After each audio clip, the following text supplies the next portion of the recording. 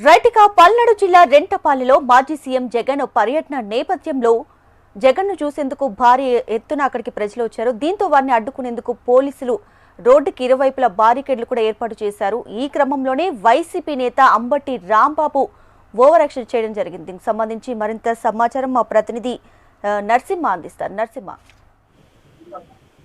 YS Jagan ఈరోజు పల్నాడు జిల్లాలో పర్యటన చేస్తున్నారు. ఇందులో భాగంగా మనం చెప్పుకుంటే కూడా సత్తనపల్లి మండలం రెంటపల్ల గ్రామానికి చెందినటువంటి ఉప సర్పంచ్ నాగమల్లేశ్వరరావుని ఆయన చనిపోవడం జరిగింది. అయితే తెలుగుదేశం పార్టీ కూటమి అధికారంలోకి వచ్చిన తర్వాత ఆయన సూసైడ్ తీసుకొని చనిపోయారు. ఆయనకి అధికార పార్టీగా ఉన్నటువంటి కూటమి ప్రభుత్వం ఇబ్బందులకు గురి చేసింది.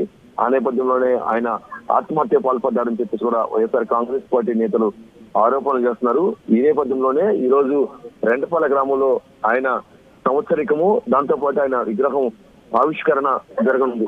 సో దీనికి జగన్మోహన్ రెడ్డిని ముఖ్య అతిథిగా కూడా పిలవడం జరిగింది.